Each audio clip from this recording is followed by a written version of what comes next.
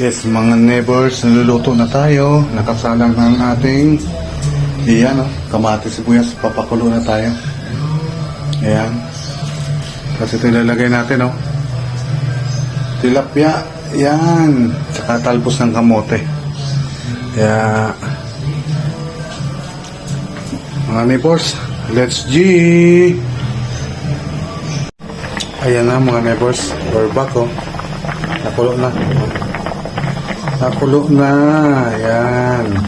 Lagyan na natin yung tilapia dyan. Let's G! Yes, ayan na mga neighbors. Nalagyan na natin yung talbos ng kamote. Yan. Sarap yan. It's natural way.